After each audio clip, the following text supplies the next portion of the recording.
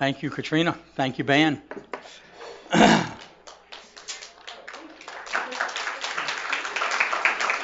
guess that was a drum roll, right? Okay, thank you.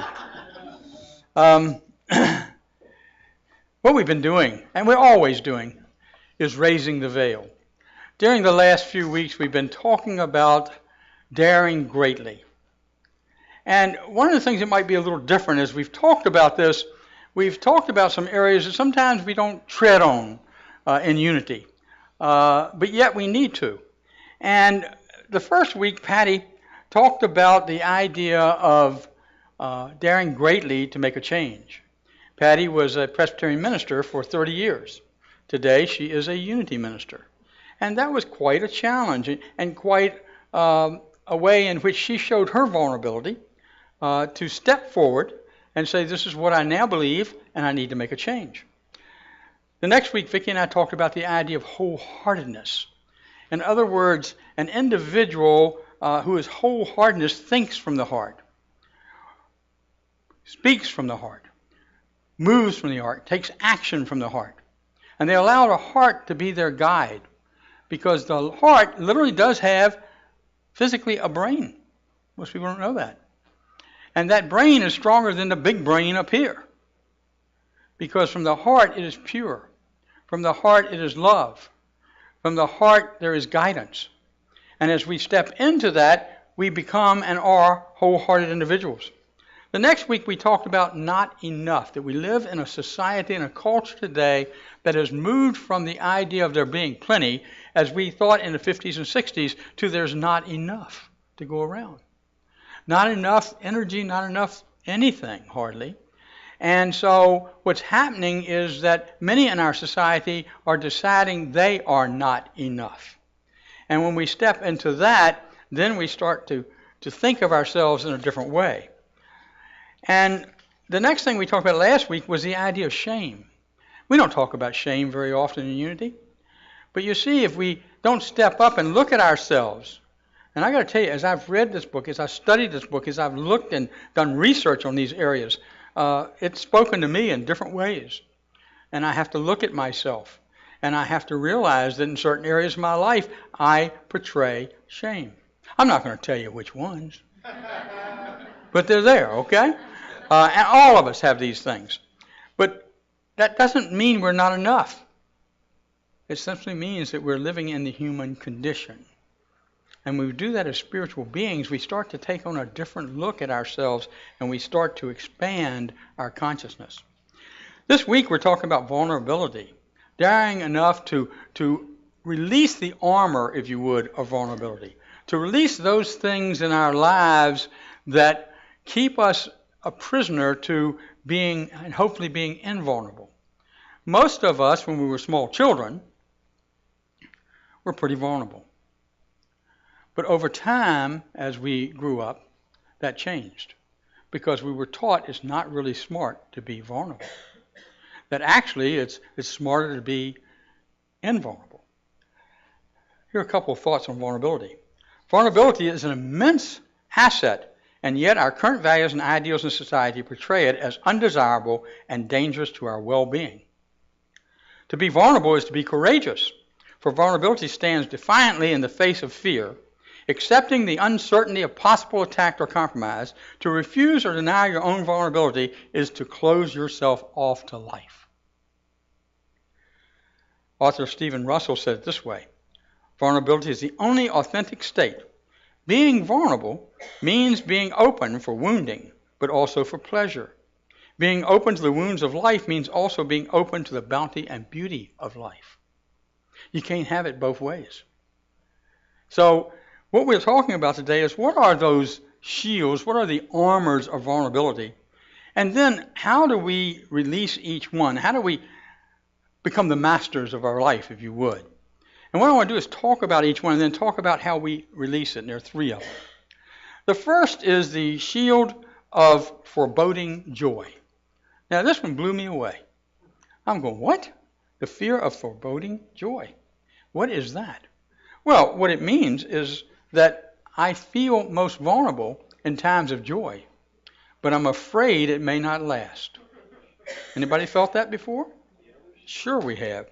So, the shield of vulnerability, the shield of foreboding joy, let me give you some examples of time that maybe you felt joyous or you felt life is magic or you felt great about life, okay?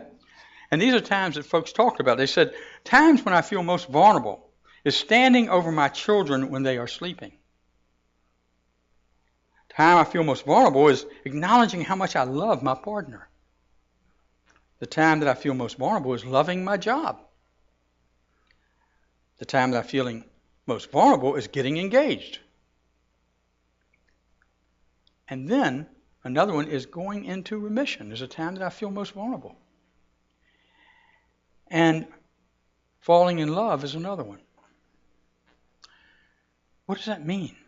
Well, those are senses of vulnerability. What happens with people, though, in many situations, not all, and it probably happens to all of us at some degree, is that when we feel that vulnerability, we feel that joy, we don't think we deserve it. And some of the things we do is we start to create images that say, I'm not enough, or I'm really afraid of what might happen. When I look at my child who's sleeping and feel vulnerable, I also fear some sense of not fear vulnerable, I feel vulnerable, that I then create some sense of fear in imagining maybe I'm not a good enough parent. Maybe this child may not have the ability to do certain things in life. Maybe they won't be able to get a job when they grow up. And what we do is we take our own fears from where we're living and how we've lived our life and put them into this child sometimes. We're concerned about that. So it takes the joy away. When you fall in love, most of us understand conditional love, hope for unconditional love, but don't experience it. But you and I can experience it, and we can be unconditional love, and that's how you experience it. And I often think that sometimes it's easier to manage anger than it is to believe in unconditional love and trust love. Because most of us have been loved how? Conditionally. But you and I can change that. As an example, a couple of people, there's a lady in her 40s, and she was a lady who always saw the worst scenario, who always felt like something wrong was going to happen. And she was always worried and wanted to control her daughter. When her daughter was getting ready to go to college, she picked a college away from home. Now, I know none of your teenagers or none of your kids have ever done that. But anyway, that's what her daughter did. And probably for good reason. She wanted to get out of the house, as the lady said. And however, what happened was that this lady, this 40-year-old mother, over the summer before her daughter went away to college, was so fearful of all the things that might come up that she could no longer control for this child, that she literally, as she said, browbeated her child into going to a local college. And when she did that, the child lost a tremendous amount of confidence. You can see how that happens. And so what she said was that over time she realized what a mistake she had made, and that what she was doing is stepping instead into a life where she was willing to stay grateful, where she was willing to pray affirmatively, where she was willing to push aside negative images and see the positive in things. But she said, my greatest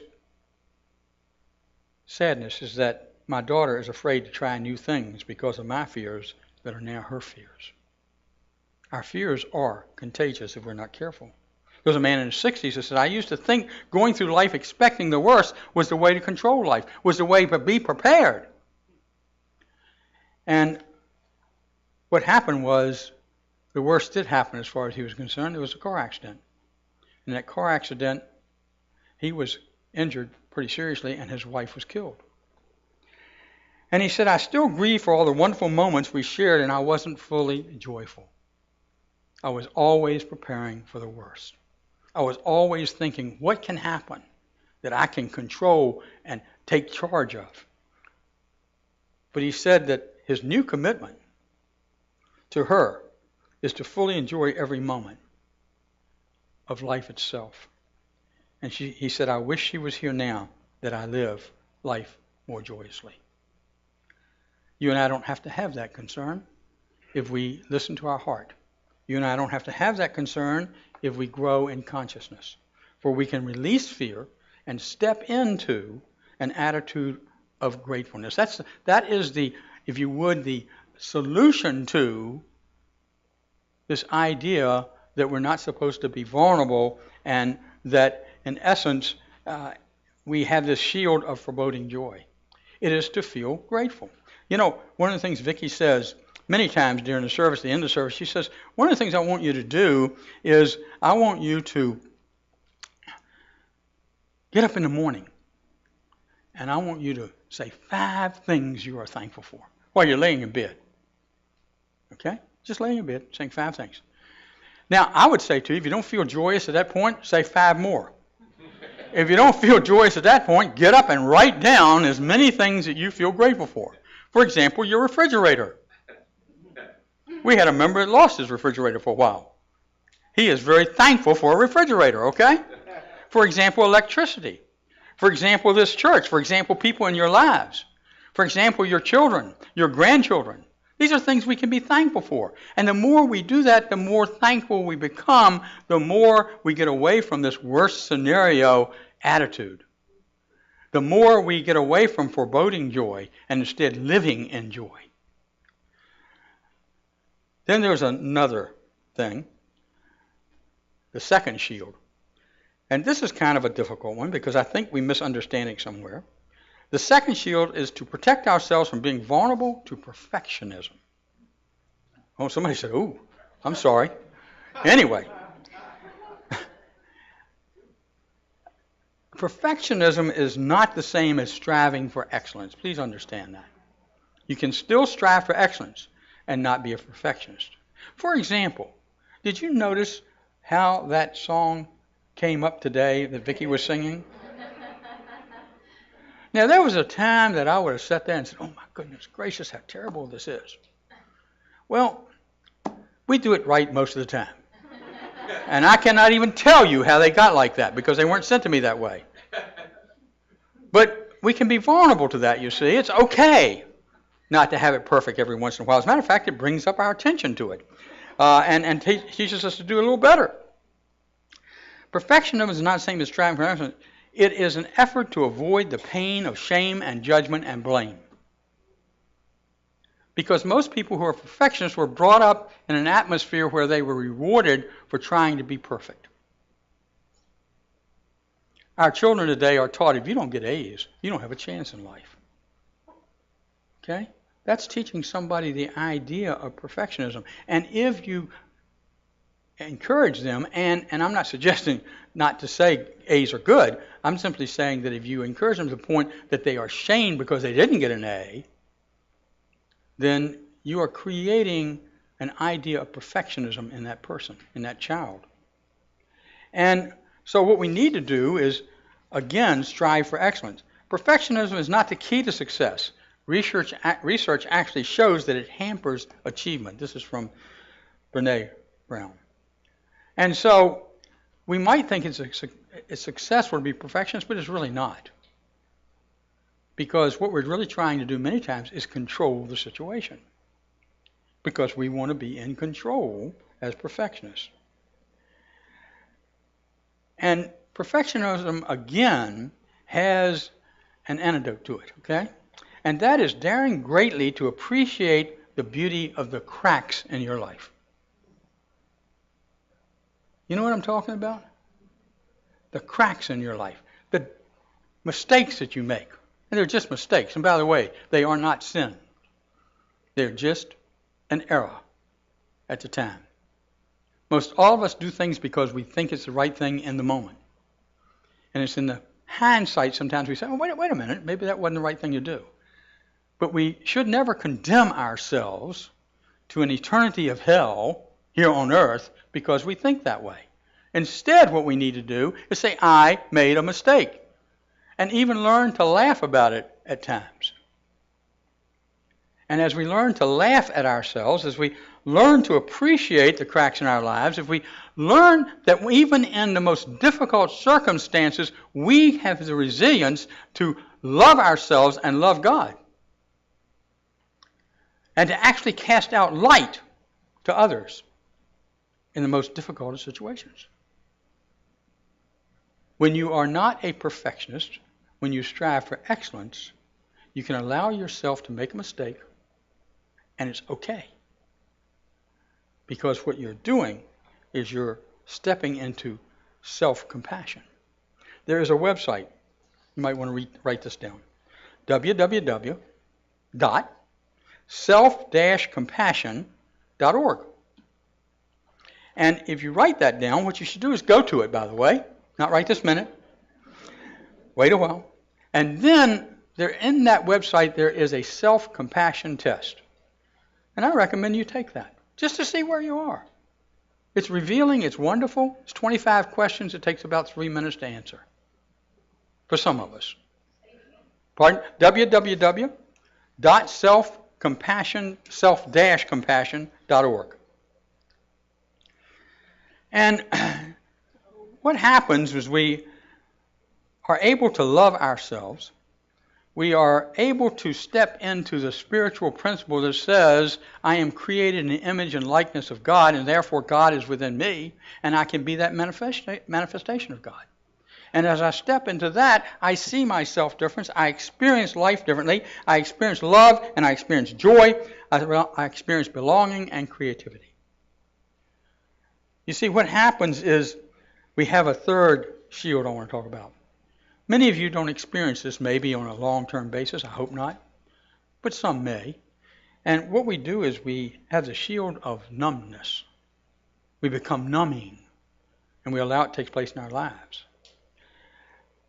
An example, Vicki and I put together a program in our past church, and it was called Growing Healthier, Wealthier, and Wiser.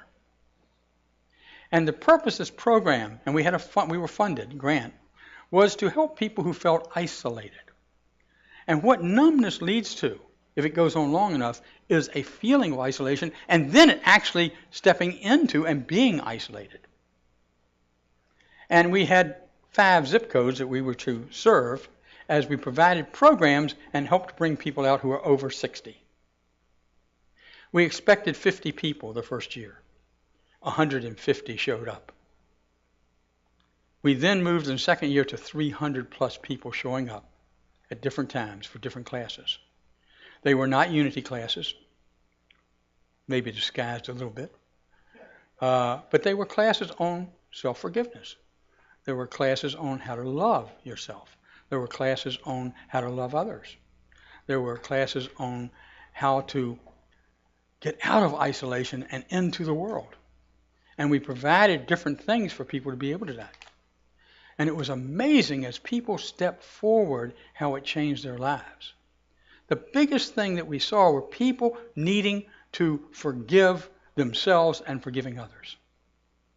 And as we taught that, as we worked with people on that, one of the things that I saw that was just amazing, which again is the answer to this numbness, is how people wanted to reconnect with loved ones. There were people who weren't speaking to their brothers or sisters and hadn't for 15 or 20 years. There were people who weren't speaking to their children, hadn't spoken to their children for 5, 10 years sometimes, and longer. I know that's hard to believe, but it does happen. There were people who felt that the next door neighbor was an enemy and lived next to them with this feeling and wasn't willing to let it go, let's say. And as they began to let go, as they began to forgive themselves for these thoughts, as they began to understand that they're in the human condition and it's okay, that they're perfect just the way they are, they began to want to change. What happened is that I saw case after case of folks who stepped into forgiveness, who connected with a brother, a sister, a child. They did it, okay? And rebuilt and connected. And they felt life in a joyous manner. They felt as though they were no longer numbed. To dare greatly in the face of numbness is to feel your feelings. Feel your feelings first. And don't worry, they're not negative or positive, they're just feelings. Then the second thing we have to do is be mindful, that we become the observer of ourselves, how we are acting or reacting. And then the next thing we do is we learn how to lean into the discomfort of hard emotions. Lean into the discomfort of hard emotions. That's a tough thing to do. We have to look at ourselves. We have to say, how am I acting? And how do I feel in this moment? Maybe I feel great anger. Maybe I feel great frustration. Maybe I feel not loved. And when we start to look at it from our own perspective and lean into it, we then start to want to change. If we ignore it, there's no changing. And what we do is we become more and more and more vulnerable.